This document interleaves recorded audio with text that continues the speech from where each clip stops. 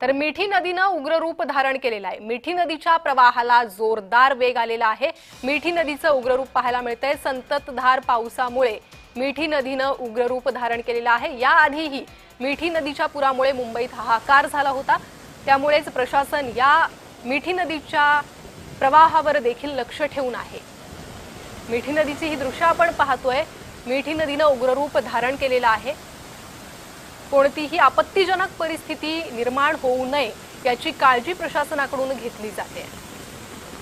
2004 सालचा मिठी नदीचा पूर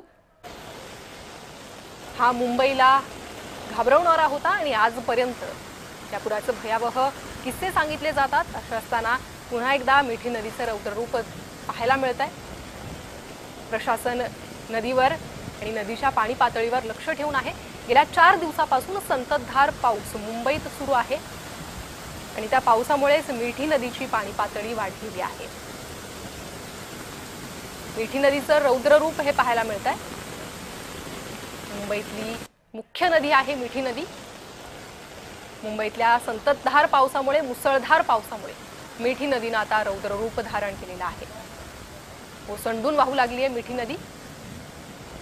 मिठी नदीच्या प्रवाहाला जोरदार वेग आलेला आहे। त्यामुळे नदी काठावर कोणी जाऊ नये या आसपासच्या लोकांना देखील आवाहन प्रशासनाकडून करण्यात आलेलं आहे। नदी काठावरच्या नागरिकांना आवाहन करण्यात येत आहे। मिठी नदीचा हा सध्याचा प्रवाह आपण पाहतोय।